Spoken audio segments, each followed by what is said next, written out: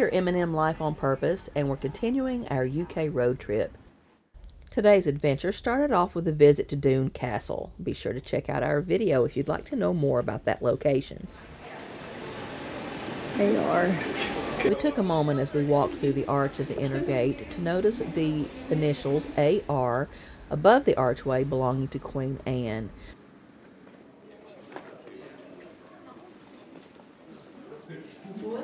Our self-guided route then took us through the palace vaults and access gallery.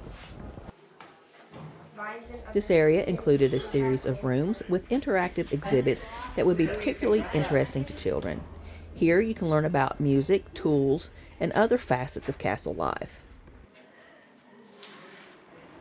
From the ladies' lookout, visitors can look over the King's Park and see the earthworks known as the King's and Queen's Knots. This was part of the formal gardens of Stirling Castle. This area is where the ladies of the court were said to have gathered to watch jousting on the fields below. It is also said to be the site of one of the first human flight experiments. King James IV's alchemist had allegedly created the Philosopher's Stone, a substance that would not only turn items to gold, but he claimed would allow him to fly. The result of this flight was a soft landing in a cesspit, a broken leg, but no actual flight taking place. The Queen's outer hall was the waiting room for people hoping for an audience with the Queen. Those selected by her staff were then moved into the inner hall. This room was also used as an informal dining room. The Queen's inner chamber is home to the Stirling Castle's tapestry project exhibition titled Weaving the Unicorn. A part of this project was to return the interiors of the palace to how they might have looked in the 1540s, when it was home to King James V's daughter, Mary, Queen of Scots. The goal of replacing the original tapestries resulted in a 14-year project. A team of master weavers carefully recreated and reinterpreted the Hunt of the Unicorn tapestries, 6 of which now decorate the Queen's inner hall.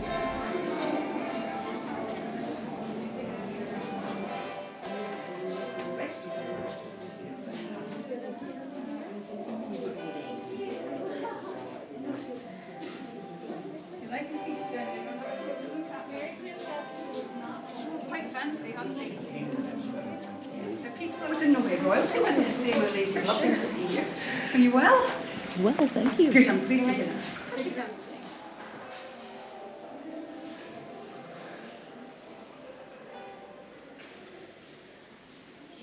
The ceiling of the King's inner hall was once decorated with 56 oak medallions known as the Stirling Heads. These medallions, created in a classical style, represented many of the King's courtiers. These carvings were removed in 1777 and were replaced as part of the renovation projects. 38 of the original 56 heads survive today and can be seen in the Stirling Heads Gallery.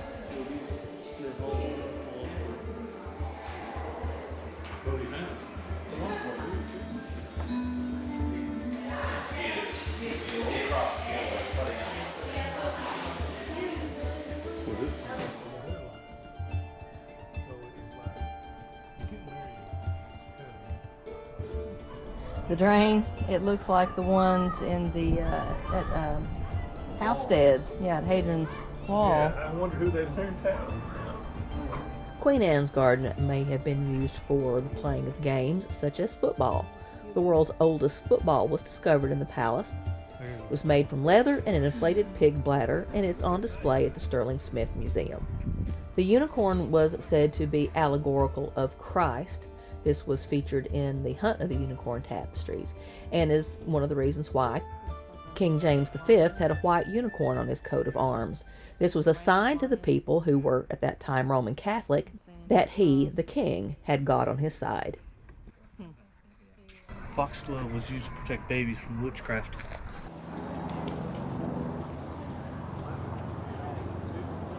Opposite the Prince's Walk on the other side of Queen Anne's garden is the Casemates.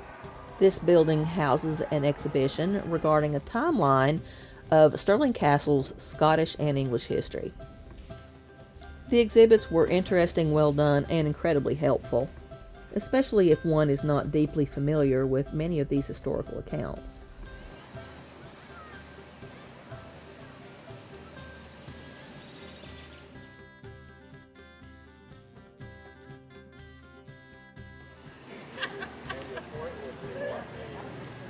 The great kitchens consisted of 4 different areas: the cooking area, preparation area, completed dishes area, and the bread ovens. In the 16th century, it had become fashionable for food to be served in several courses. Dinner typically began with a type of soup dish known as pottage, followed by roasts, small pies and pastries, then tarts or fritters. The meal was completed with fresh or preserved fruit and sweetmeats. The north gate is the oldest surviving part of the castle, dating back to 1381. In about 1500, the upper floors were remodeled and this area was converted to a kitchen.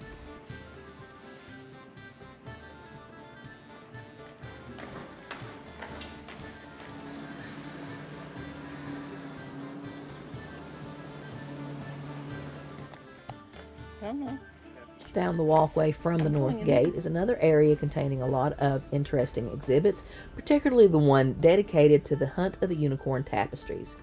As mentioned earlier, the unicorn is an allegorical representation of Christ.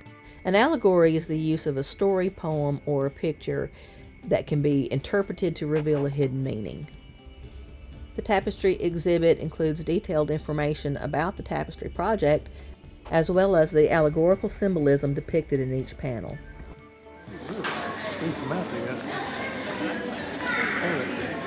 The Great Hall was built in 1503 for banquets and gatherings.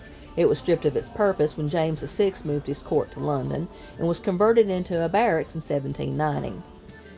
The Great Halls were repaired with over 780 tons of stone. The reconstruction of its hammer beam roof required the timber of 350 Strathire oak trees pinned together with 4,000 handmade pegs. Check out Stirling Castle's website for information to assist you in planning your visit. There are several standard admission tickets available, as well as partner organization tickets. Ticket availability can be impacted by busy tourist seasons, so we do recommend that you purchase your tickets in advance. Parking for personal vehicles and coaches is available close to the castle as well as in surrounding areas. We were able to find a parking place on the road just below the castle.